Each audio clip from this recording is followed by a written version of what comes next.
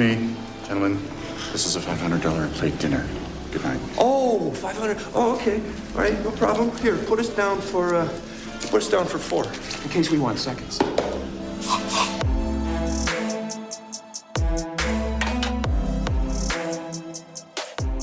All right, everybody, welcome back to another week of Muskies on Tap. I am your host, Gus Manti.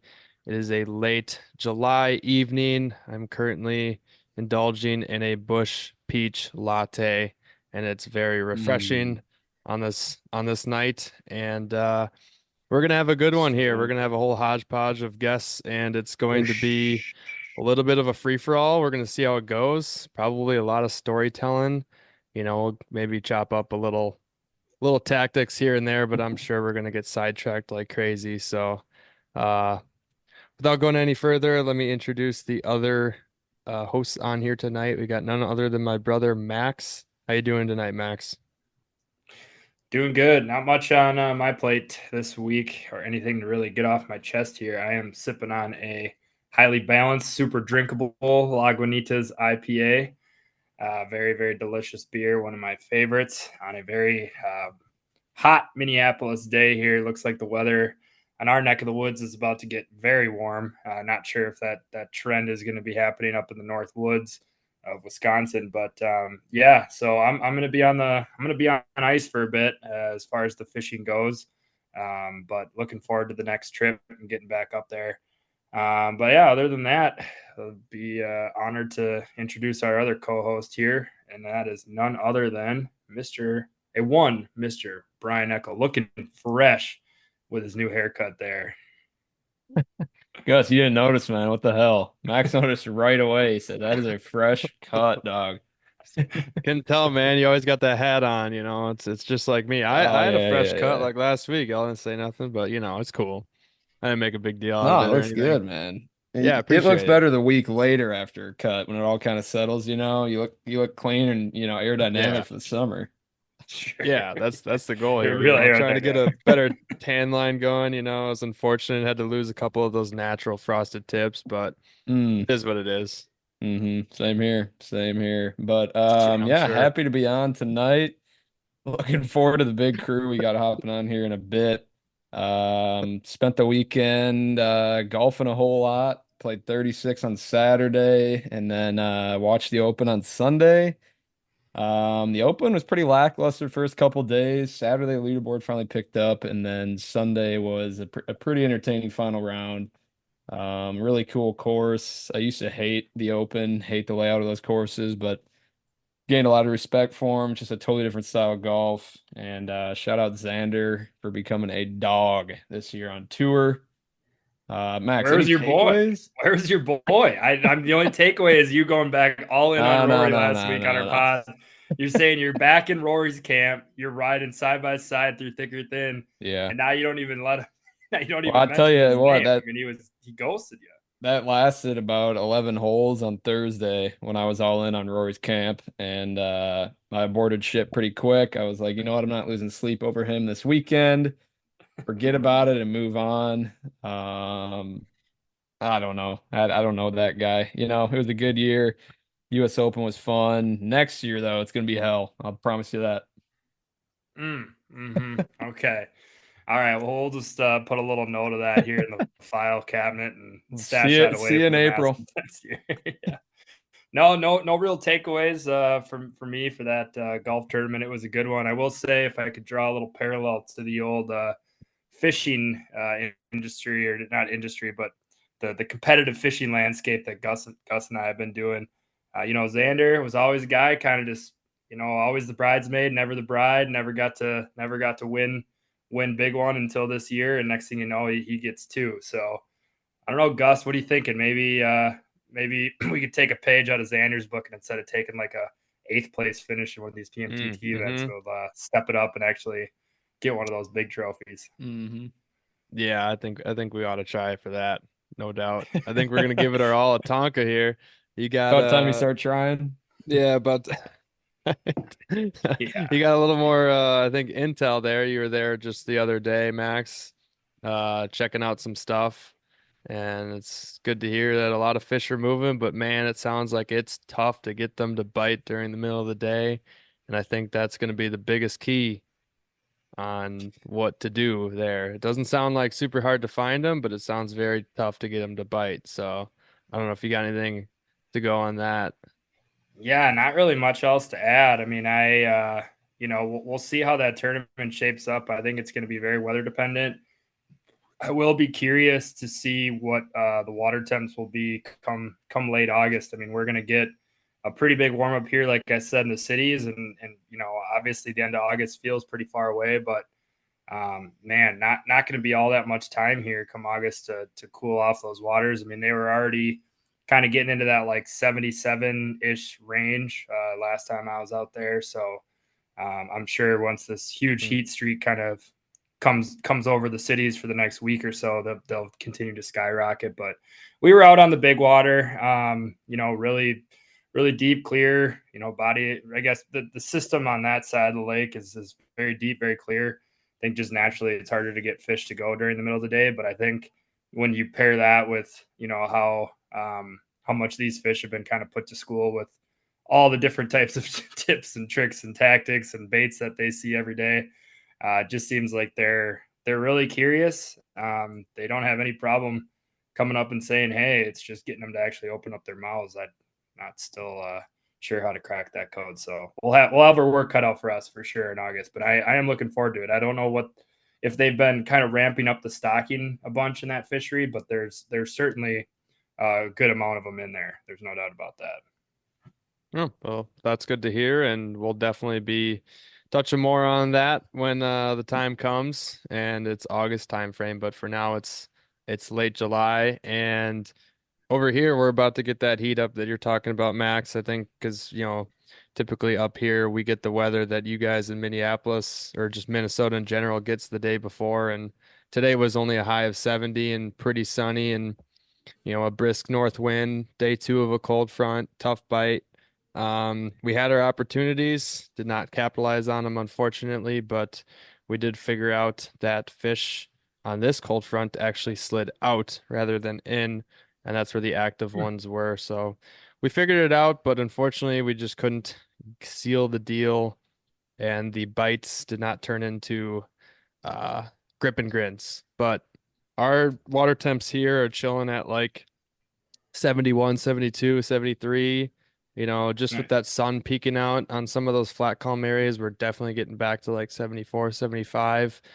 And I expect for sure with our warm up that we're going to get here, we're looking like a lot of 79 to like 83 as a highs for the next week. I'm sure we're going to get some hot water watches on certain systems that are very stained, very shallow, and very weedy. So definitely just be aware of that and switch lakes if need be, if the water temps are getting too hot, too hot that you're comfortable fishing in.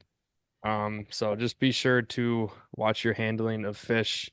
If they're even hooked a little bit bad, don't be afraid to just do a net release. I know we've done our fair share if it's not a super big one or anything, just protect the future and just fish smartly and you'll be good. So you'll be good Mhm. to go. Mhm. So I think you got something, Max? Oh, I just wanted to quickly ask about when you talked about the fish sliding out today in the cold front, because that's interesting. Yeah. Um, when you say slid out, what I get, what I mean, what where were they sliding to? Like weed edges or further out? Because I know last time I was up there, those fish were pretty much tight, either up in the stuff or pretty close to that edge. Were they like a cast length off, two cast lengths off? I mean, what are you talking about? Well, if I would say about a cast length, two cast lengths maybe, but we figured this out actually this morning. I took a group where I had a follow boat where some more of the people just got in their own boat and followed. They're staying up for the week. And on the first spot, we lost one on a Navin, and I told them like just throw a dive and rise or something. It's a cold front and cold front killer for sure. Throw that, and we were probably 20 to 30 feet from the weed edge on this particular drift. And at this point, the follow boat was kind of weaving back and forth of being in the weeds and way out of the weeds. And at this point, he was way out, and I marked one about 10 feet from the boat. We never visually saw it, and they were way out, and he actually brought it to the boat, and it tried to eat boat side. And we're figuring that these fish are just sitting further out, and not only are they sitting like off the weeds, if we were too close to them, they didn't seem comfortable to come up and eat. So like you had to cast and land at most the weed edge, if anything, a little bit off where there's some very fringe stuff or the drop off. So for example, we were, working a weed edge that was 7 feet, 7.5 feet, and we'd keep our boat in 8, as opposed to this morning we found out pushing out to like 11, 12, 15, 16 feet of water and bomb casting and landing in like 9 was more of the ticket rather than landing in 4 or 5. And fish were just showing up a lot more often, and all the ones that we would mark and not move would actually move or eat. So we figured that one out, and I don't know if I would have figured it out as fast if we didn't have a follow boat. I would have been just like, oh, they're just some fish hanging off the break, and not really doing much. So that was interesting, but cool to get that pattern going. The follow boat did manage to boat too, but I think definitely good to see at least some were landed. That's good. And I think between all the people, they had bets and like first fish, biggest fish, and the guys in my boat were they fell short. I think one of them forgot to set the hook. Oh no, a little money involved, or what was the weight? What were the stakes? $50 first fish, $50 to the biggest, and I think Damn. they even had 50 for the most fish. And one guy took all of it. So What they think the they were guy, getting into? School of bass? everything. I don't know. The one guy was I didn't know about this bet until the one guy caught the first fish, which was a pike in the other boat. And so I guess that guy, a different guy, got the first fish bet. Was But it a full day? no, it was just a half day, just a short half Most day morning. fish for a half day is crazy. I know. We all need that seriously. confidence. I know. Well, I mean, geez, we had 6 bites, so something Could have crazy could happened, yeah. happen this morning. Yeah, but the one guy lost one like right away, and I didn't know about this bet. And then when the guy caught the pike, they're all like, "Oh, he won." I'm like, "Oh, so that loss really stung then." Yeah. I didn't know about the bet. Tough, It's a fun crew.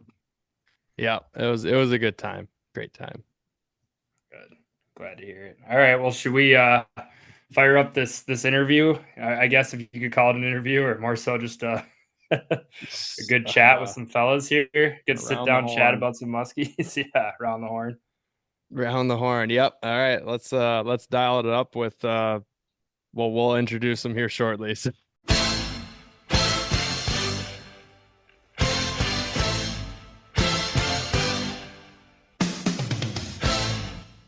All right, here on the line, we got a whole big group of guests here, and we're going to be talking about some good old-fashioned fish stories tonight. And I think just right off the bat, we're going to just introduce them left to right on my screen here. So we're going to start with you, Phil. Phil, how are you doing tonight? Introduce yourself. And yeah. I'm doing great, guys. I'm happy to be back. Phil Stodola from Angler Sport Fishing. Normally fish Green Bay area, but we're here to talk about our trip with the great Michael Hanson, the Whisper of the Northwoods. Phil, thanks for coming on during your birthday. Oh, sure. Oh, yeah. that's right. It's not a lot happening tonight anyway for my birthday, so I figured like I said, I had a blast last time, so I'm happy to be back. Yeah, but what do you got dialed up tomorrow night? You're telling us. Oh yeah, about it. tomorrow night. Well, Good. tomorrow night we're really going out. We're going out for dinner. Gonna get probably some prime rib. Get about. My wife's gonna be driving, so I would guess over unders like 5 or 6 old fashions and Get you where you need to be. And just go right to bed when I get home. Be dialed. That's what I think I'm supposed to do at 35 at this point. That's kind of my MO. Get to bed early, but with a nice jag on and call her good. That's awesome. All right, and the other one that he referred to was Michael, their trip that they had up in the greater Hayward area, Northwest Wisconsin. So, Michael, introduce yourself. I don't know how much of an introduction you need. This has got to be third, fourth, or something time on here. So, Yeah, it Pretty much might be Brett both. Favre #4, which is always a think good number. so. Yeah, Michael Hanson, Namakagon Area Guide Service, guiding up in northwestern Wisconsin. And yeah, I had these guys from Green Bay up there for a couple days, and it was a lot of fun. We were raising some money for a great cause. And man, we should talk about that excitement too, Phil, maybe, eh? Sure, absolutely. Oh But yeah, some more but big yeah, news. it was A lot it of was big an news. epic week or epic weekend. It was a lot of fun. Your That's gear was a awesome. little worse for the wear afterwards, but we had a lot of fun anyway.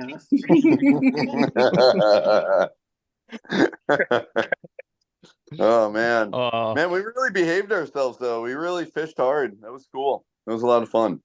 Well, I yeah, like that's that. always kind of the goal is to fish hard and then also, have a nice time after that too, Yeah, I mean You can't let it. I after mean, when you're we you're got home really, really late, you guys didn't disappoint. I was like, whoa, there they are. Well, your fishing schedule lends to that lifestyle pretty perfectly. I'm not gonna lie. When you start at 10 a.m. and you fish till 11, 10 in the morning and fish till 11 at night, that makes for an easy one to come home and you have a couple cocktails with dinner, and then you're like, well, I don't even have to get up early. This is nice. Yeah. uh, Not bad, not bad. Well, thanks for coming on again, Michael. And we got also none other than Kyle, aka Carl, Huntsy Tails man himself. He is in the car right now with a few other beauties headed to Vermilion to go catch some giants. So Kyle, how you doing? I'm pretty good. We just stopped for some dinner, a couple cocktails, and I think we're about an hour and 20 out. Love to driving hear there, it. Driving. I'm not driving. You Our said driver's we. Just incriminate yourself. What's going on? There's three of them for the sake of plausible deniability. There are three people in that truck, so two of them Thank you, could have had Phil. cocktails and it'd still be we, for the record. True. Thank you, Phil. Thank you, Thanks. Phil. Good clarification. Just in the there. state, for the sake of plausible deniability. So what's going on up in Vermilion this week, there, Kyle? We got a 4-day trip here. We're camping at Fortune Bay, and then coming back Sunday. So we got 3 full days, maybe a half day Sunday, and gonna throw some bangers at them.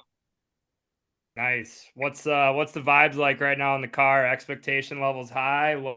Where we at? How we feeling? Yeah, we're pretty excited. We just looked. We got a 4:44 is peak major tomorrow morning. So Oh, I think we're gonna get there, set up tents in the dark, get to bed, and try and hit a little bit of that major at least.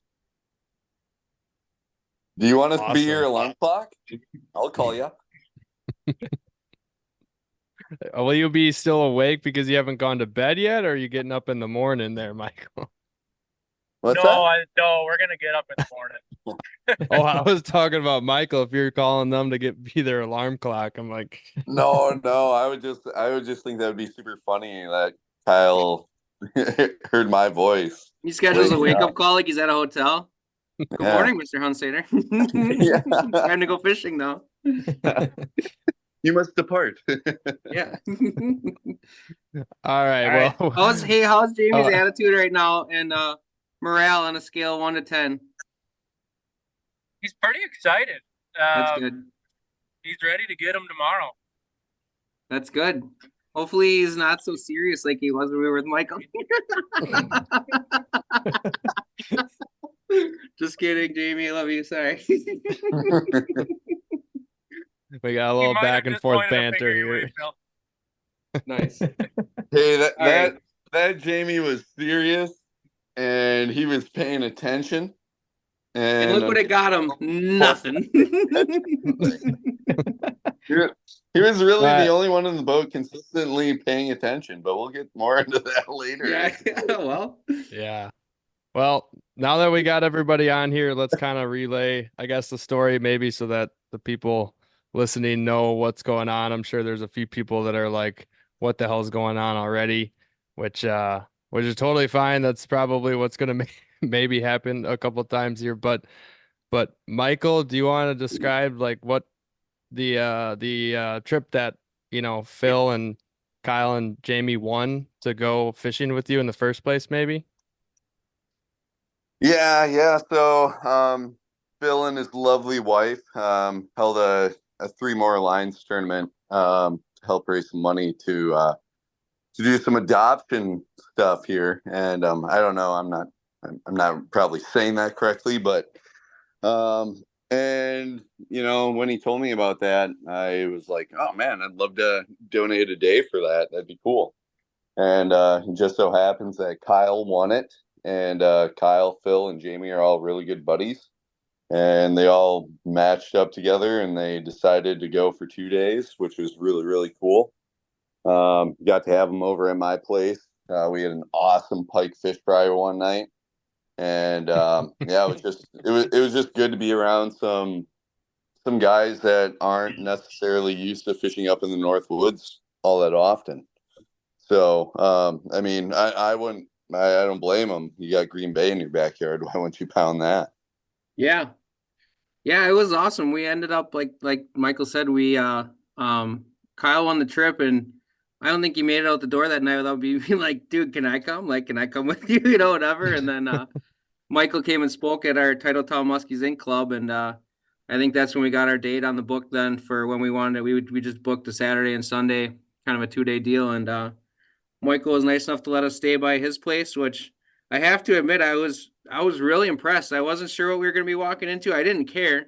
I mean, as a guy who used to live in a garage for for a few years, I wasn't really needing anything high maintenance, but I was really impressed. It was a really nice place. I was like, huh, no shit, pretty nice. And then, like you said, Michael treated us to a wonderful pike fish fry at like 12:30 in the morning on Saturday night, which was really nice. That was really, I haven't eaten pike since I was probably a kid, and it was delicious. The Kesslers didn't have anything to do with my ratings of the fish fry either. It was good either way, It was good. We got up there Saturday though. It was pretty awesome. We met Michael right at his house and went out fishing right away, and we had such a blast, man. I was really blown away by the size class of fish that we were seeing with Michael, and ended up putting 3 in the boat. Probably should have had a couple more. We can get into that a little more too. As Michael said, Jamie was really dialed in and on his stick the whole time, and Kyle and I maybe wasted a couple opportunities. I believe Mike Uh-oh. gave us a few nicknames on the way. Yeah, Oh yeah. yeah. Yeah, What were so these Kyle learned the nicknames? name Sledgehammer, and we definitely played the tune by Peter Gabriel's Sledgehammer a few times in the boat, just so Nice. everybody knew that Sledgehammer was the guy, and not in a negative way. You don't necessarily get a nickname in my boat for doing something negative, but it kind of was negative. To frame that for perspective, we talked about his gear took a little bit of a beating when we were in the, I think was that was like the evening of the first night we were there, right? That you caught that fish, Kyle? Kind of going into the not dark yet, but kind of late afternoon that first night. Yeah. Yeah. Yeah, I want to say early evening, late afternoon. Yeah, so we had seen some fish already. We were having a good day, whatever, and then Kyle had one bite. And I mean, if we would have had a GoPro running, it would have been, about the most comical thing you could have seen, because I had just bound a cast. So Kyle and I are in the front of Michael's boat. He hooks one, and I see him hook it, and he hooks it right by the boat, and he kind of is moving towards me. So I just lift my arms up. Kyle goes running under me, and it was like he was going to run the 400-meter dash. He starts running all the way around the boat, and I'm like, dude, where's he going? And Michael's trying to follow him, and he goes around the boat, gets back by the motor, tries to pull it up, tries to reach for it, doesn't quite get it in the net, keeps going for the run, and dude, he made, he was close to making a full lap. He got to the other side, and about that time was when he decided to step where there wasn't any floor. He just took a tumble, and by the grace of God alone, that fish stayed pinned, and we caught the fish. It was a very, very nice fish. Which one was that, Carl? Was that 44? Yeah, it was the 44 and change. Yeah, 44 change. Anyway, so he's throwing a banger, hooks one, runs around the whole boat, takes a digger, and then he gets in the net. We're like, wow, I can't believe we didn't break anything. And we look and I go, oh, there's a piece of the rod. There's another piece of the rod. He just like body slammed it. It was like, I can't. I mean, wait, did he break the rod that he caught? Just set a rod on the gunnel and then just dove on it belly first. He did kind of belly flopped on the rod and broke the tip, but it was an impressive display for nothing else for sure. Kyle made such a racket. And we're not ripping on you because like we went over this. Like that was funny stuff. And just so everybody knows on record, did I get upset when that rod was broken? Not at all. I would say if you're looking for a guy that you want to take that you know is going to be patient with you, even when you do foolish things, Michael is your guy. That wasn't our only gaff of the weekend, but yeah, I remember, it was funny because even in the moment, like as he falls and rolls around in the bottom of the boat, Michael, like just in the spur of the moment, goes, "Hey, buddy, take it easy." And it was so like he wasn't even mad. He's just like, "Whoa, buddy, what are you doing?" It was so funny. So the whole rest of the weekend, anybody didn't go, "Hey, buddy, take it easy." And I don't remember any of that. Me saying that. It's just one of those blackout muskie moments. But it was just so exciting. You know, watching Kyle asked me what colors I liked as far as bucktail goes. And I told him my normal like black and chartreuse and something like sucker patterned. And he brought up, exactly what I said I liked. And we started throwing my stuff right off the bat, and then I was like, "Here, throw this." And Kyle looks at me, "Yeah, really?" I was like, "Hell yeah! Why wouldn't it work? It's a bucktail. Let's see what this thing's got." And man, I was blown away by that little bugger. That thing was awesome. That banger was hot. Yeah, I think we went 2 for 3 or 2 for 4 on it, maybe. Yeah, definitely 2 for 3.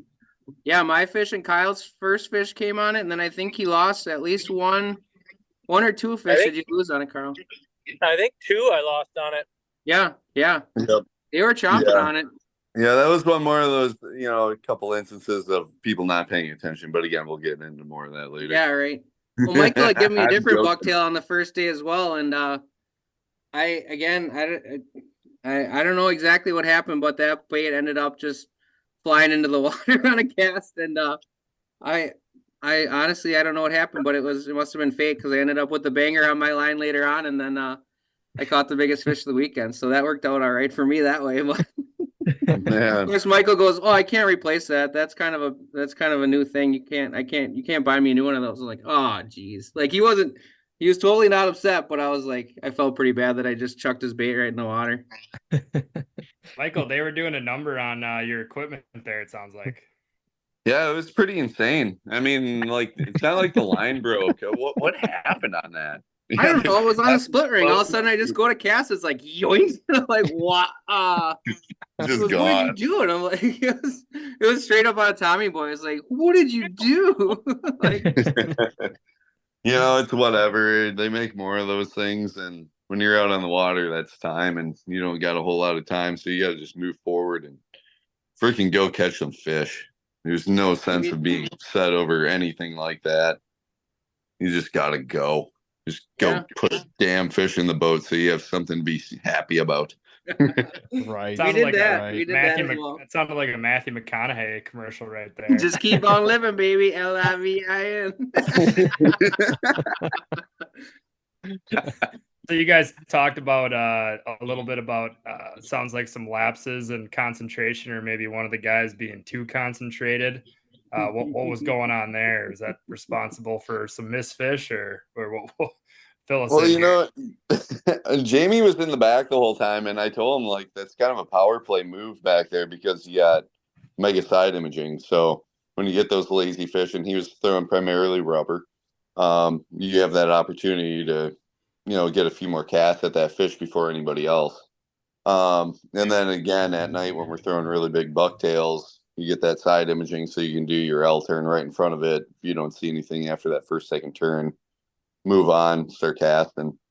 Whereas everybody else is blind. So, but those fish were really aggressive and they were going after the first and second baits up in front of the boat, without a doubt. And it was really cool because we finally had a little bit of weather that was stable. It wasn't necessarily warm, but it wasn't cold. And those fish were pretty much fired up all day. They were showing themselves really well in a lake that really doesn't show a whole lot of fish. You mainly see a lot of them following really deep on side imaging. And the key was staying out deep. And that's something I've kind of struggled with over the past, is trying to get your bait into the weeds as much as possible. And you're staying only 20, 30 feet away from the weed edge. We were really focusing on trying to stay out at least 70 to 80, maybe 85 feet away from the weeds. And that helped a lot because a lot of those fish were either in the weeds right away in the morning, and then towards the evening they were sitting on that sand, and that's how we were getting those most active fish, for those ones that were charged up in the sand. And so anyways, about missing a few fish, for poor Kyle again. Well, we don't have to jump on Kyle right away. I did screw up the first one that was screwed up. That kind of got brushed under the rug, but in full disclosure, I forgot about that. So go ahead. That topwater fish came in, and I was not paying attention. Gosh, I'm so sorry, Kyle. How did I not forget about that? The hottest fish. Okay, so I told you guys a little bit before you got on, Michael, before we started recording. I think you really thought oh, dude, these guys are gonna be solid. They're gonna be great sticks. They're gonna be so dialed in. This is gonna be an easy breezy weekend for me, and it was not. I tell people sometimes, when I have buddies come down, oh yeah, I'll give you the full guide experience, just buddies that are coming to fun fish with me. But I feel like we gave you the full client experience. We were just just blowing it half the time. But we pulled it together when we needed it to. But yeah, there was one on the first date. I was throwing a topwater, and I was just bringing it in, not really paying attention, and talking to Kyle or so. We were talking stupid in the front of the boat, and it was probably Jamie or Michael. That was Phil. I kind of did an 8 and kind of was whoop, all right. And I was oh, there goes one. I'm shit. It just all of a sudden, right at the last second, just started waking on this thing. And on that L turn, it just was on it. And Phil just pulled it away from it. He's like, I don't want to catch that mid 40 incher. Yeah. It's raining outside. It's miserable. This kind of sucks, but I really don't want to cheer myself up by catching topwater fish. I thought the vibes were good. I didn't want to change the vibes. I didn't want to we were just having a nice time talking. I didn't want to interrupt it with any excitement, How thoughtful. And I really appreciate that about you, Phil. No, that was bad. That was one of those things where I've seen somebody do that. I go, how could anyone do that? They look so dumb. And then it was me doing it. I'm like, okay, yeah, I'll eat my words on that one. That's fair. That was on me. I was on vacation, obviously. And it happens. I'd be a liar if I told you I didn't screw up every once in a while. Sure, Everybody's you're going to get lazy every once in a while, and you pay for it. And are you going to move on and try to be better, or are you going to suck even more? You never know. I'm definitely not angry. I didn't let it get me down. I just said, on to the next one. Yeah. There you go. Yeah. I got a few. You guys don't fish topwaters out there and the Green Bay that much. I wanted to touch on a few things there. I know Michael brought up something interesting, and I was going to touch back on to maybe some of the bangers, the Huntsy tails as well. But first, Michael, what you were talking about with the weed edge, stepping off of it and stuff, we were actually just talking about that in our intro before you guys all got on, about this cold front that just happened. I saw that a little bit up here. Are you seeing that pattern? Or are you doing that on some other lakes like this summer at all? Because I know this trip that we're talking about for everybody, I don't think we said anything. Was this mid-June or late June or something? This was late June. So it was that water was just starting to get warm, but it kind of plateaued for a while. But that cold water can only turn those fish off for so long. They're going to get hungry. And they were kind of charged up for those couple days. Certain feeding windows, of course, pretty typical of muskies, but yeah, it was it was a cool kind of pattern. And then again, with those cold fronts, yes, we had a big northeast yesterday, totally flipped from the day before, and we pushed way outside. I was out with my really good buddy Willen, who also donated a trip to Phil and his wife's cause, which is really cool. And yeah, we ended up catching a really, really big tiger. Oh yeah, I saw that it. in the That was story. awesome. Look big. Insanely fat tiger. It was 46 and a half, but it was almost 26 inches around. It was like Wow. right there. It was unbelievable. That was in the net where we Fish girthed of a it. It lifetime. was jumbo tiger, and it was so clean. The head on it, I just can't even describe how they look. They're almost like flat on the sides and just so round on the belly and towards the back. But if you could fillet one of those, it would be way like super impressive. Like the meat on that thing. It was so powerful. I grabbed the tail of that thing as it was on the bump board, and I've never had a fish move my arm like that. And I held on to it the whole time, but like my arm was violently shaking. I was like, holy piss. Those tigers are just such mean animals. Just mean. But yeah, it was really cool. Again, yeah, we did exactly what you said. We slid out quite a ways on the cold front. It was really quiet in the morning, without a doubt, even leading into the early afternoon period. And we had about a 30-minute window where the wind kind of died down. We had that big northeast. And during that 30-minute time period, we lost one that was low to mid 40s, probably around that 43, 44-inch range. And then we got that big tiger. And then the wind picked back up, and those fish just were negative all over again. It was 30 minutes out of the day. It was pretty cool.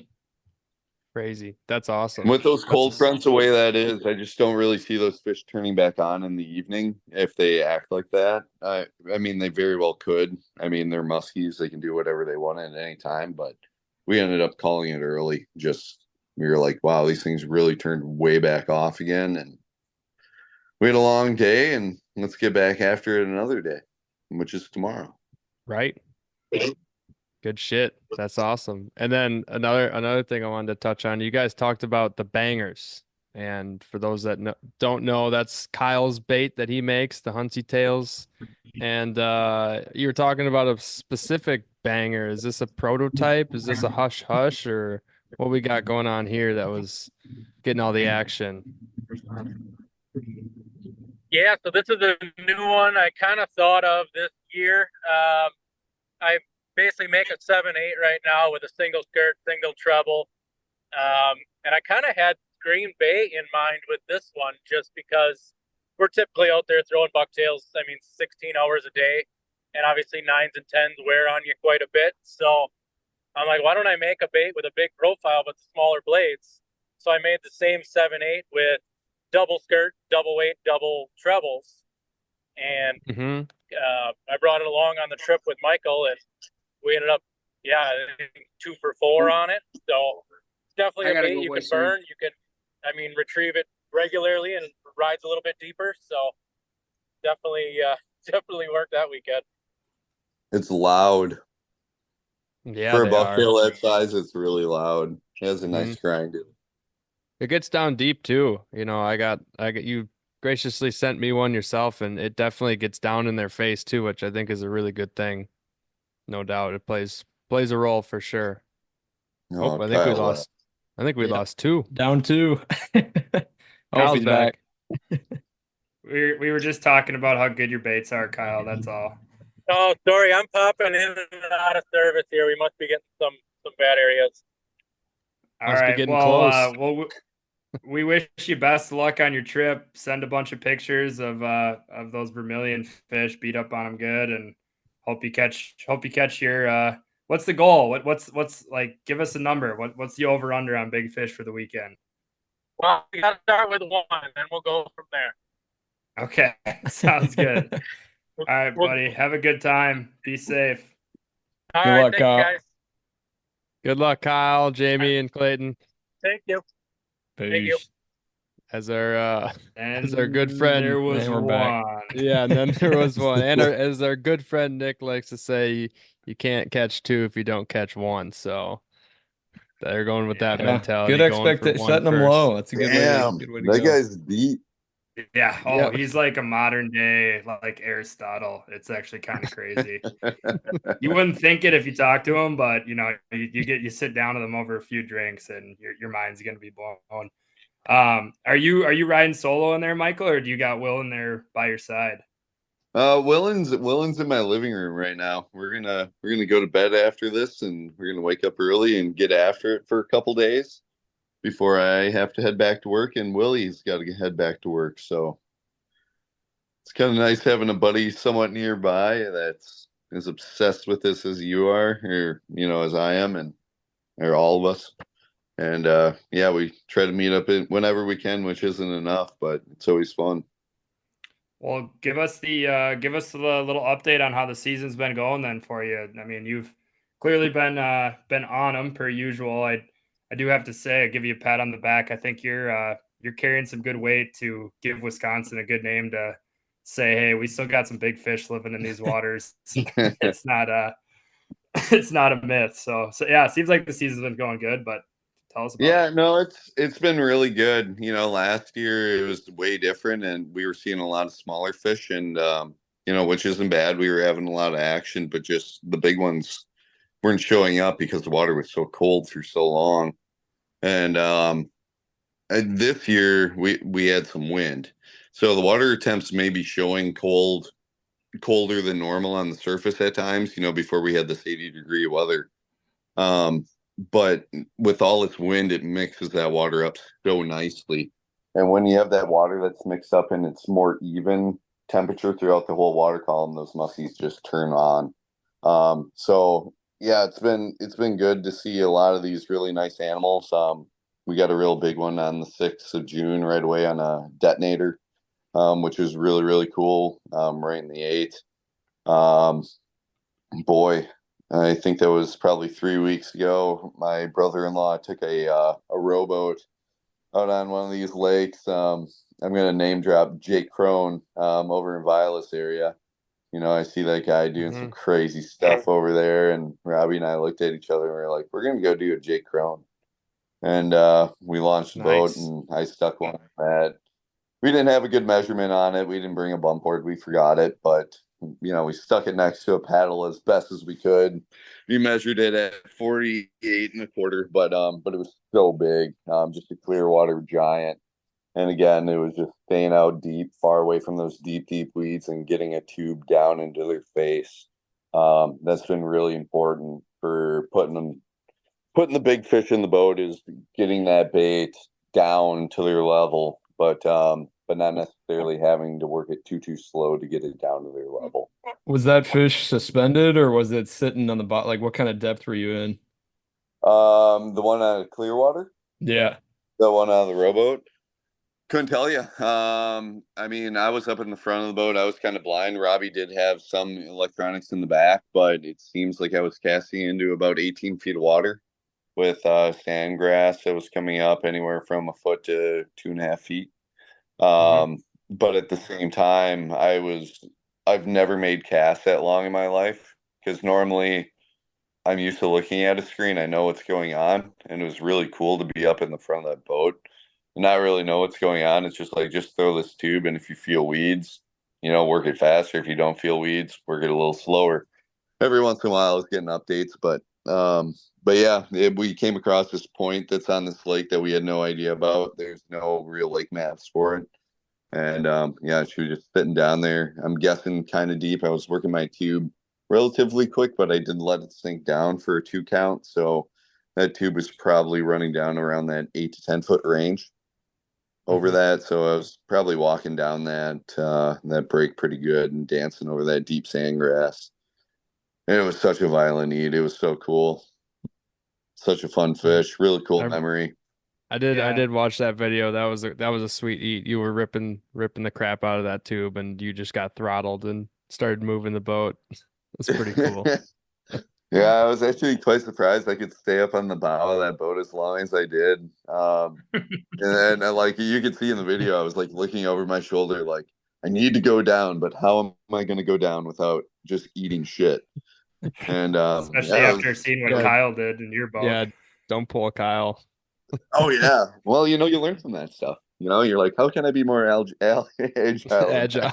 Yeah. Agile. I'm sorry, get caught. But I'm just thinking of that poor guy just falling so hard in the boat. He got Gosh, the fish it was so though. funny, but That's some athletic moves though. I mean, as much as he maybe stumbled around a little bit, but keeping that luck. fish pinned and yeah, or luck.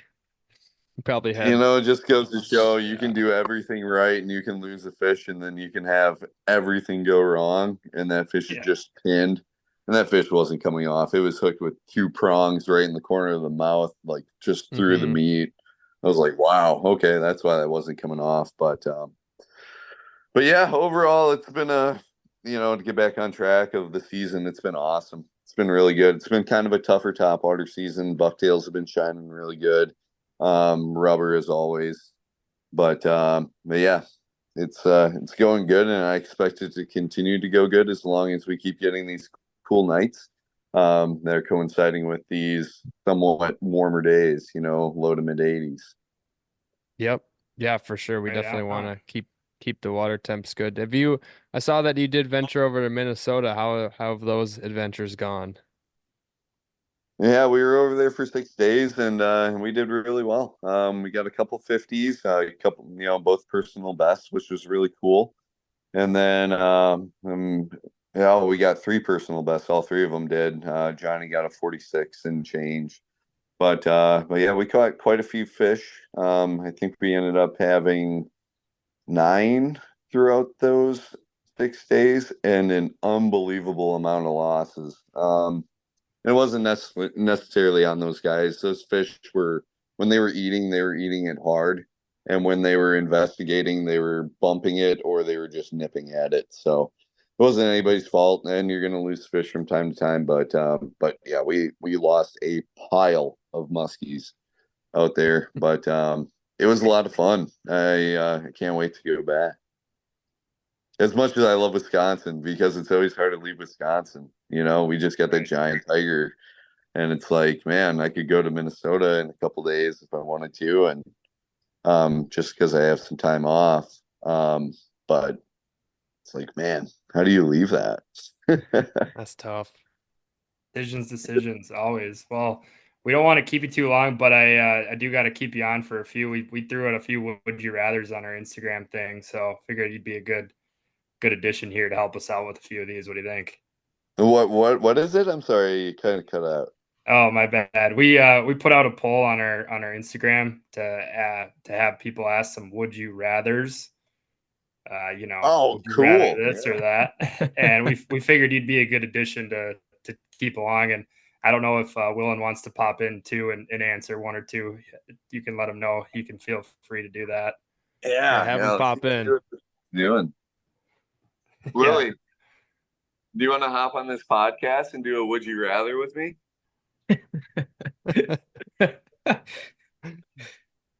You're still grilling chicken? Willie's grilling chicken for us. Nice. He's doing a good job too. You sure?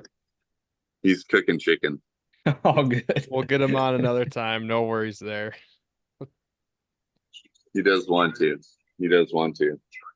He just has chicken on his mind. He's really planning hard for a couple day excursion. All right. So we have to get off the water and feed ourselves. All right. First one, let's go around the table here. We'll start with you, Michael, and then we'll move to Brian, then Gus. Would you rather celebrate a fish with a cold beer or a pull from the bottle? Oh boy, a beer. Yeah. I don't like doing the hard stuff anymore. Not good for you. So mature of you. Yeah, well, cracking a yeah, cold. I'm not ripping on anybody. I know who I am, and yeah, I got to focus when I'm out there when I'm fishing. At the end of the day, maybe you can probably twist my arm to take a little shooter, but yeah, probably cold one. I was watching Brian, those which guys. oh, When I had Jamie, Phil, and Kyle. Phil's tradition of gosh, what does he say? Follow the rules. Rules must yep. be followed, and then the shotgun beer. That was really fun to see. Yep. Those are the rules up here in Tuesday Night League and Monday. If I get into somebody's boat and they have a specific rule, you got to follow the rules. As my Right. good buddy Justin Moline says, you got to respect the process, and I live by those words, baby. Awesome. Brian, what do you got on that? I would rather take a poll. It seems a little bit more of an appropriate celebration, if you're already probably sipping on some cold beer at times throughout your fishing day. So I would say, if it's a good whiskey, I would definitely rather take a pull. There you How about go. you guys? I mean, I'm mixed on this answer, but I think for the most part, when I'm in the boat, I always enjoy a cold one. So I'm gonna go with Michael on this one. Cracking a beer, I think is the way to go. So I think that's my answer. Max, what about you? I'm going beer for sure. That's how I've Dang. celebrated fish. Because it lasts a little longer too. You can crack it open and feel like you really deserve it after you catch a nice fish. Yep. But teach their own. All right. I feel like this question has been Oh, probably Brian's the alcoholic in the group. One way to figure that out. Weed them out. Weed them out. All right. This one's been asked a bunch, but I'm actually kind of curious to hear you guys' thoughts. 51-inch northern Wisconsin fish or 55 a double nickel Minnesota fish?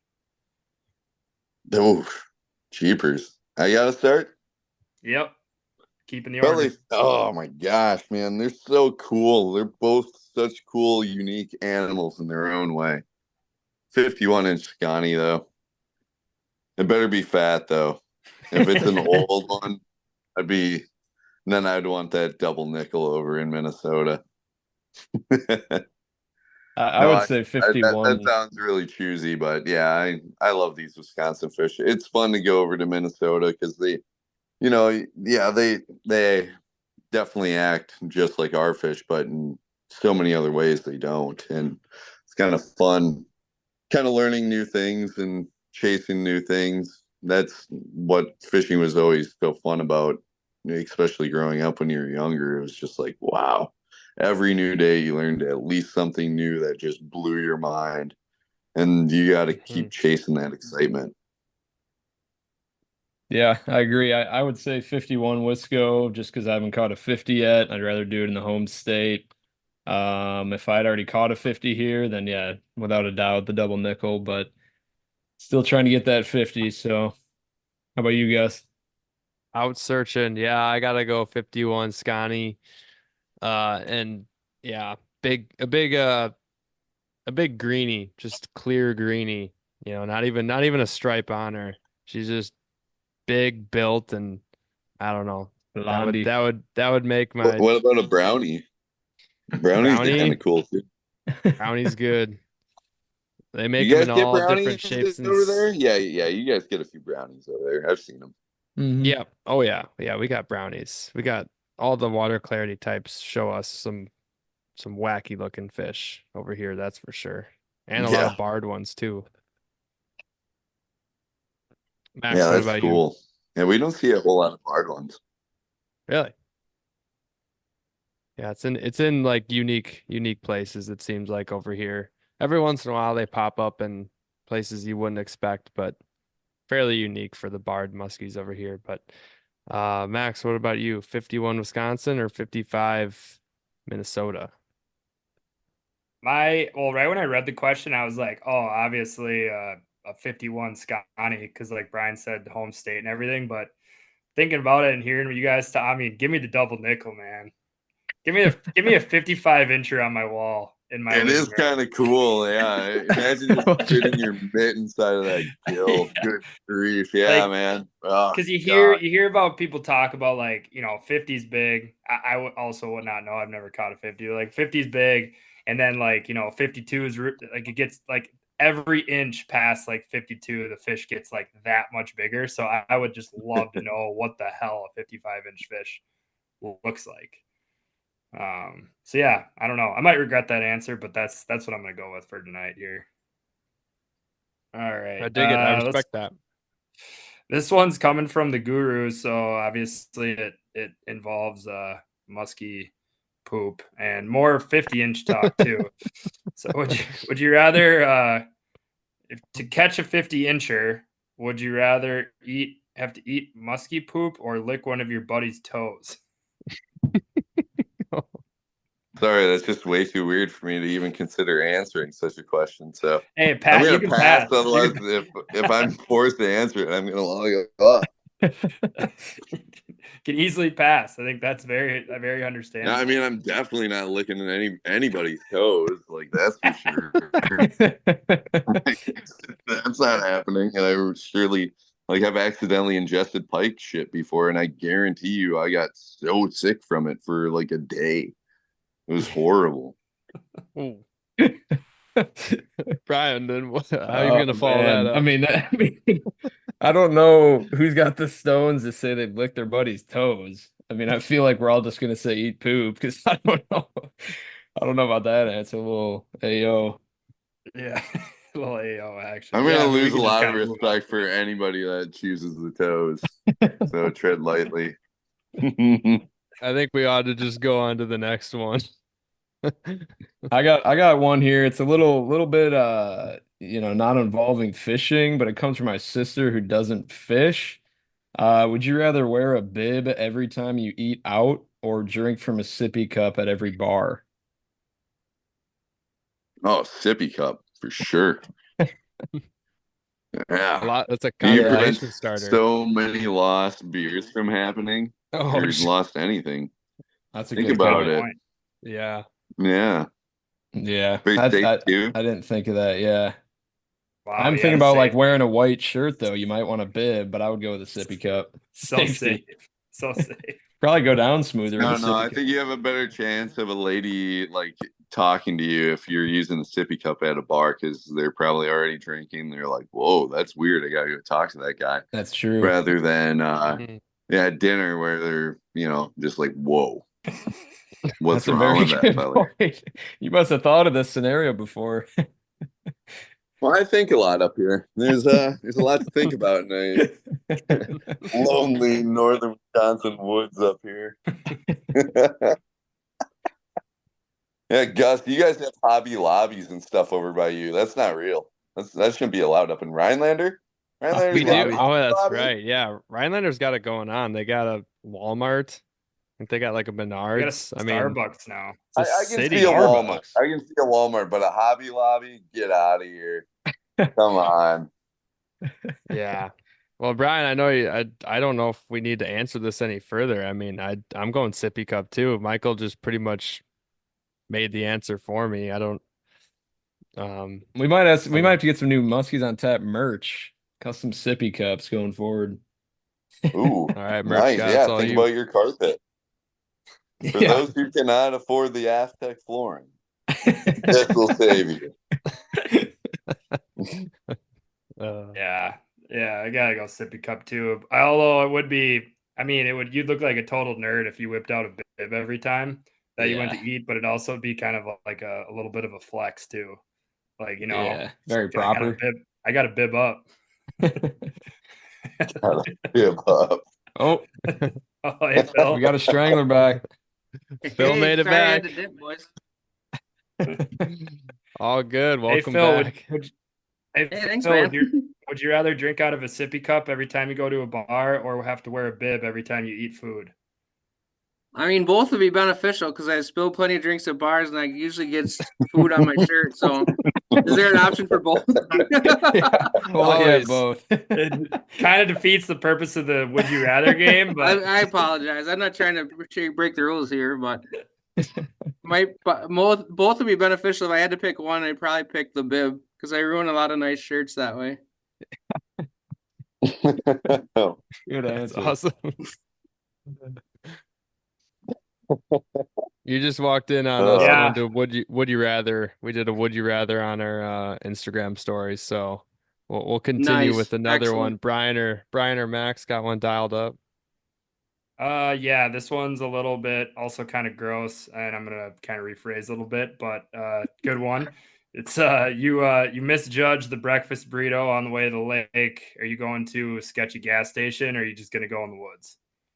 I don't know. I got pretty good self control personally, so Nice. but yeah, it'd That's probably be the impressive. woods. I got toilet paper. Always have baby wipes too. They don't have to be man wipes. You can use baby wipes. You can use whatever. So always have those.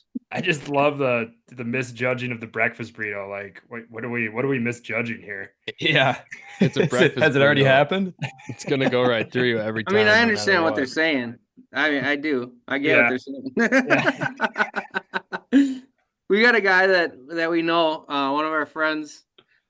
Each time he gets up in the morning to go fishing, he'll get up, kind of get ready, do whatever, and he'll go outside his house, walk 2 laps around the house, and then come in and take a crap before he leaves. Because he goes, as soon as I get outside, that fresh air hits it. I just gotta go. He goes, I got a plan for that. Fresh air. Got a Oh my plan for a gosh, walk he's around like a the house. dog.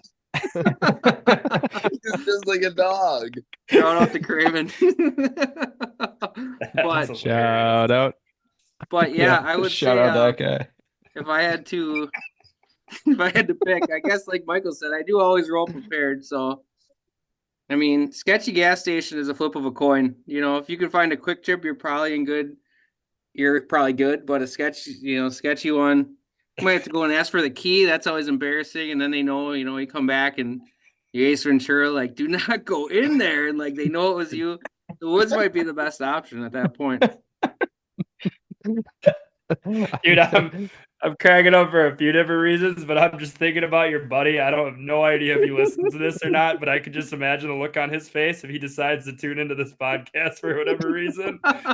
He's Right just out of getting left ousted field. about Getting called a doing dog. a dog walk before. Good. I'm not. I think it's brilliant, dude. I'm not airing him out. I'm like, this guy's got stuff figured out. Good point about the bat. Anytime you gotta ask for a bathroom key that comes on like a hockey stick, Dude, it's gonna be bad for sure. Really bad.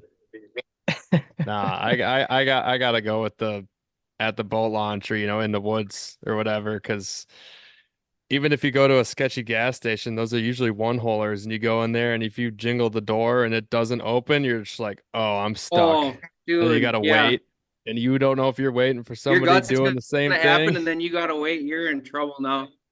Yeah, you're stuck. No good. I think you just gotta hold her in and do the old toilet paper and baby wipes. So I'm in on that. Yeah, but also on the alternative though, as Brian and I experienced on opening weekend when the bugs were really bad. Like we both got to the landing and we're like, it's gotta happen. So we both parted off like down the fork road. He went one way, I went the other way, and I'm just sitting there, whatever. Battling the elements and all. I just hear this like, God, oh Jesus Christ, no. We both meet up back at the car. I'm like, dude, what was going on? He's like, nothing happened, man. There's mosquitoes everywhere. It was a bad situation. And you trap them in your shorts, and it's not fun. Dude. All right. Well, that's probably going to conclude our Would You Rather segment. There's a bunch of other good submissions, but I think there wasn't one good scientific question or like musky geared question in that. There are, but they're not. I know that Brian and Max are not picking them. Do you want me to go in there and maybe pick one? They're just going right through. What kind of science questions are you looking for, Michael? Are you talking about like the flux capacitor, or what are we going to talk about with science? Well, I was going to talk about hyperspace and how to get there faster. Okay, here's one that's a little bit more philosophical. Would you rather speak every language to exist or have the ability to speak to animals? Ability to speak to what? What was the last part? The animals. I missed it. Animals. Oh, duh, animals, Yeah. birds. Come on. Give me what a brain Easy. buster. Think Yeah, about but it. You then get to then talk how to a much are the muskie. Muskies gonna tease us then, Michael? How about that though? They come up and be like, yeah, That'd be good one, Yeah, funny. talking yeah, dirty nice to you. try. You That's know that not would be good. so funny. You'd want to That be would be pretty teased. good. Like you'll get teased by a squirrel or a chipmunk. Come on, that'd be funny. I Like, do wow, this think whole time you didn't like me. there is a lot of times when like if it's like slow out there and then you hear like I do this like what you'll like hear a loon start laughing in the distance and I'll be like, yeah, it is real funny, loon. I get it. I suck. Oh I yeah. know. Yep. They do laugh Yeah. at you. All right. Yeah, no, we for whatever reason tonight, I think our Q&As are typically a little bit more I mean, there are Formal. some good ones. I mean, they're you know, would you rather fish in a well, this one I'm kind of like I think is an obvious answer, but I mean maybe you guys feel differently. Would you rather fish in a mid-July cold front or a hot mid-October day? Ooh, a cold July, cold July day. Yeah, definitely. Really? Yeah, Yeah, I yeah. agree there too. I mean, don't get me wrong. We've caught some big fish around me, up here in October and November when it's got real hot, but you can just tell that they're way, way, way off. I mean, you got to get that. It's tough. It's way tougher than a July cold front, if you were to ask me. I guess I just do my best work in the fall when I'm trolling on Green Bay. So for me, it's like October, hands down. I don't care if it's snowing, hailing, or raining. I'm taking October over July most of the time. But that's just a Green Bay dummy perspective. You're not a dummy. You're fishing for 55 inches. Yeah, I guess we're Hey, not really reinventing the wheel while we're doing it, but hey, real it's quick, pretty fun. Phil, while we got you on here, Yeah, one thing buddy. I did want to ask you, and I've been seeing this kind of around Facebook. So what's the deal with that Titletown Muskie full like summer long league with a championship where you can Yeah. it seems like you can catch a fish? Because I saw you registered the one that Michael got you on, Yep. and you won the week or something for your chapter. What's the story? Yeah. It's a really neat thing. Tim Lowenschlager, our membership director, runs it. It's actually we call it our Jordan Olson Memorial League because one of the guys from our club ended up he got sick and he had cancer and he ended up passing away unfortunately. But he always wanted to start a league like this and basically from the beginning, from Southern Opener all the way up through Labor Day weekend. Basically you just go muskie fishing and whoever catches the biggest muskie for the week, you have to register it in the lunge log. I believe it has to be successfully released, obviously, because it's a Muskies Inc. deal. But there's not really much for. I mean, you can troll, you can cast, you can use live bait, whatever. And basically, it's just a league throughout the year, and then we have outings throughout the year. We have our spring, summer, and fall outings. And the fall outing, if you've won one of the weeks during the summer, then the fall outing is also our league championship. So say if Michael and I are fishing together, we both won one of the league weeks, then we're both fishing for like that league championship then as well as fishing our fall outing. And then if you win the championship, the league championship, then the club pays for a registration for you to come fish the spring classic. So basically that's the prize if you win the league championship is you get a paid entry into the spring classic. So it's a neat deal. It's fun to see, guys fish all over the state. They fish other states. If Kyle goes and catches a monster on Vermilion, he can register that. Like it's a really fun thing to see. And it's kind of fun too. Cause like when things heat up here in August on the bay, like guys are catching big fish every week. And it's like, oh, you got a 50, you got a 51, 52. Like, is that going to hold? Are you going to win this week or is somebody going to, and that all kind of gets compiled. And at the end of the week, we posted every week who won the league week. So the 46 that I caught with Michael won the week for that week. And yeah, it's just it's a fun thing. You get to kind of keep up with where people are going, different places they travel, and it's a fun, friendly competition type thing too. That's awesome. And I know that two of your fish was caught on a banger that Kyle makes, and then Yep. another one was caught on Phil glide bait that another good friend of ours that we had on, Nick Ambrose. I don't remember if Aristotle. I don't remember if we talked about that at all. Do we probably brought it up, I think, that there's Well, the when 56 I pound. talked to you guys, it was before opener, so I definitely didn't talk to you about. I think we talked about the bait, but yeah, my good buddy Tom caught a friggin' giant. It was 56 and change, the first week of season on a Phil glide bait. So that was pretty Unreal. awesome. He caught it solo too. He's casting by himself. Very very shallow water. He said it was absolutely insane, but yeah, I I enjoyed that story quite a bit, especially since the bait was named after me. And the only real reason I didn't have anything involvement besides that I just hate throwing glide baits, and then and my name's on there like caught on the Phil glide bait. Very nice. It's spelled with 2 L's. Yep, That's yep, Nick. That's Nick yep. for you. I love it. But yeah, those Oh, bangers, awesome. man, they've been Kyle finally, after I've been prodding him for 2 years or so, finally made a Facebook site. Seems like he's been getting a lot of those baits out the door, and people have really been catching fish on him. So it's been exciting to see. I know he had another big order from Dorns in Madison, and he's got a bunch of stores. Rich Reinert from the Wisconsin Muskie Expo has been spreading the good word for him, and I know Taylor Flannery's got a hold of some and got some fish in the boat with them, and it seems like everywhere they go, people are catching on them. So it's pretty neat to see something that Kyle made is really taking off. It seems like. Oh yeah, for sure. Those baits are awesome. I can't wait to continue to use them and hopefully smash some big fish this year for sure. Yeah. When the bucktail bite heats back up, because it definitely cooled off for a second there.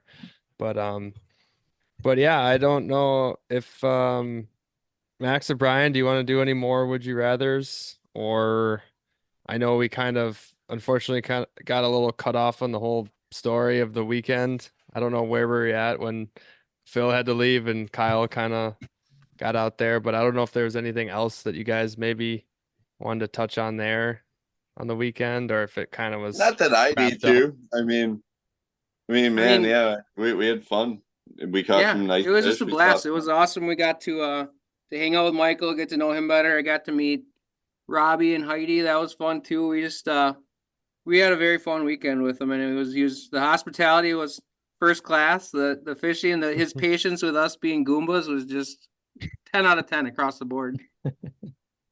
I like laughing though, and you guys made me laugh a lot, so that's really important. Oh yeah, Hey, when I so met Michael at the Wasatch Show a couple years ago, I knew we were going to get along well. I don't know if we want to let that out on the podcast, but our big idea, you remember that, Michael? We were trying to get Hunter to go back and talk to Sims and tell him that they need to make sun fishing shirts that look like the tuxedos from Dumb and Dumber, and then other tuxedo style fishing shirts so that you can show up and be like, I'm formal, but I also like to party. And he said, absolutely not. I'm not telling him that. I'm like, dang, that'd be sweet. Oh, we'll get him to bite on it. I don't hate it. Dude, I would wear I'd those wear it. on every guide trip. I'm not kidding. That would set the tone for the day. Like, listen, we're gonna have a good time, but also I'm here for it. I'm serious. I love that. So, Michael, what's the rest of the season looking like for you as far as openings? You got some dates left on your calendar for people. It sounds, I think after listening to this, if they're going up to the Hayward area, I mean, they got to book a trip, right? I think that's just protocol here. So what's the rest of your summer and fall looking like? Yeah, no, I definitely have some openings every month moving forward, all the way through November. So not a ton, but enough. So give me a shout. Love to have some more people in the boat shooting for these giant Wisconsin muskies, and it's only going to get better now that we have some warm water up and down throughout that column. We start getting some cold fronts later on in that September and everything. It's going to get really good, but August is always good too. We've caught most of our biggest fish in August, it seems like, so I'm pumped. Awesome. Right And on. how can they get a hold of you? Give me a shout on my cell phone, 608-695-9073. Otherwise you can hit me up on, any of the digital messaging systems on Facebook or Instagram. My Instagram is @MuskieHunter21, and I spell it IE, not Y. There you go. I've been appreciating you popping on Facebook every once and just throwing a little heat in the comment section every once in a blue moon, and then just bouncing out. Dude, it's not that, it's just like I'm tired of people like watching our water temperatures from, hundreds of miles away and questioning and like, I don't know. I'm not on there to throw too much heat and be a dick by any means, but I'm just trying to keep people in check. Like, hey, watch your own bobber, keep doing you. Unless it's something really, really bad, get out of here. But yeah, I might rip on a bait or two every once in a while. But Perfect. Somebody's got to keep everyone in line. I'm not loyal to any one bait company. Everybody knows that. I throw multiple blades from multiple blade companies because they're all unique and good in their own ways. And I'd be a fool if I said I threw one bait from any one bait maker. It's just not the real world. So open up your eyes, people. Make sure you're buying from small people. Or a small batch bait company. Small people. Not Small name people. names. Well, I could, but no, that'd be mean. Yeah, we'll leave that one where it's at. I know it. But honestly, out online, there's so much shit out there, and there's so many really good anglers out there. And if you keep an eye on those guys, and those people are promoting the stuff that really works for them. Gus, I know you do that. Shoot, Kyle's baits. I'm hands down, they're great. They're awesome. And there's nothing like that out there out on the market. And I'd be a fool if I didn't say that they were great. So it doesn't matter. Listen to the people that are out there that are doing this every day and are really out there to sell some baits that work, not to make a dime. Preach. I think every once in a while we just also have to get you on to just like keep everybody back in equilibrium here. Like bring everybody back to one level. Like, hey, everybody cool your jets. Cool it. Appreciate that, Michael. Phil, what about you down there in Green Bay? What you got for openings and going after the big ones down there? Yeah. I have a very limited days in August. I run a limited number of casting trips. I don't claim to be, out there casting every day. When it gets to the fall, September, October, I have a lot of trips booked already, but that's really when I do, I take my time off from my full-time job and I'm on the water definitely multiple days a week that time of year. Usually, 4 days a week plus in September, October. So the fall trolling season is when I really get fired up. I do have a few trips or few days available in August. So if you do want to come cast, we can make that happen if you're able to do any of the days that I have. But yeah, September, October is really my time where I do a lot of my guiding, and we got some openings for that yet. If you want to get a weekend day, reach out soon because I have very limited weekend days left. But absolutely, if you want to come fish Green Bay, it's a great fishery. It's the reason why I live where I live, and anytime you're out there, you just have a chance at the fish of a lifetime. So it's pretty awesome. I love it. Whether you're trolling or zombie casting or do whatever you're doing. And like I said, we're not reinventing the wheel down here. It's not the scenic vistas of Lake Namakagon, but man, we got some big old fish. So it is a lot of fun. Awesome. Way to name drop a lake, Phil. Your guide service is Namakagon area guide service. We got you. I'm not saying that's where I'm just. No, I drove past it once. It looked nice. No, and Phil is really good out there. If you see his track record out there, and after spending some time out in the boat with them, and that was my first time out in the boat with Phil and those guys, and they're a freaking riot. If you don't have a good time with that guy out in the boat, you must have a personality of a front door. That's awesome. How can they get a hold of you? Yeah. How can they get a hold of you, Phil? Oh, yeah, absolutely. You can hit me up on my phone, 262-323-4155. Find us on Facebook, Angler Sport Fishing. Instagram is Angler Sport Fishing Phil. And We do have an email as well, info@anglersportfishing.net. So lots of ways to reach us. We can hit us up. We'll let you know what we have left for dates, and we'd love to get you out on Green Bay and do a little bit of fishing. Right on. Awesome. Sweet. Well, thank you guys very much for taking all this time and sitting down and chatting with us tonight. It was a blast. I don't know if I've laughed that hard on a podcast yet, so that was a really good time. That was good fun.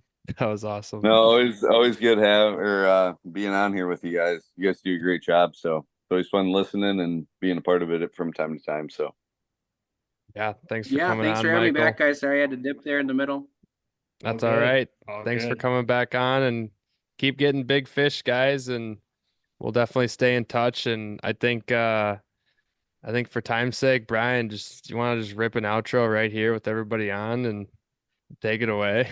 It's a big crowd here. Yeah, hit it up. Do it. Here, I'll pass it over to Phil halfway. When I go quiet, you just start yapping, all right? I mean, all right, I don't know everybody. what's Thank you gonna for come out, listening but to I this can week's tell you episode of Muskies on Tap. Shout out to Phil. Shout out to Michael. And shout out to Mr. Huntsy Tail himself for coming on. Incredible showing. Lots of laughs. Guys, I mean, we're going to have to do a full group outing this fall, all get together and rip it on the boat. I don't know how much fishing we get done. A lot of distractions in place. Be a good time.